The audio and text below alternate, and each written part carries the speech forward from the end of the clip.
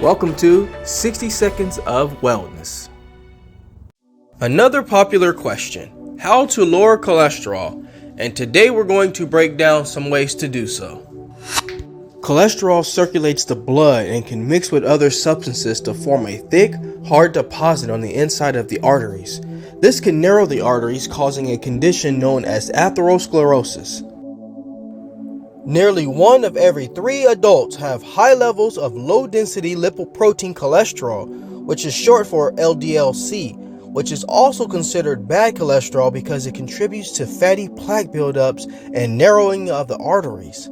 To lower your cholesterol, you should always try to eat a heart-healthy diet and get a minimum of 40 minutes of moderate to vigorous intensity aerobic exercise. 3 to 4 times a week would be the best. I'll be leaving a list of heart-healthy foods that you can include into your diet.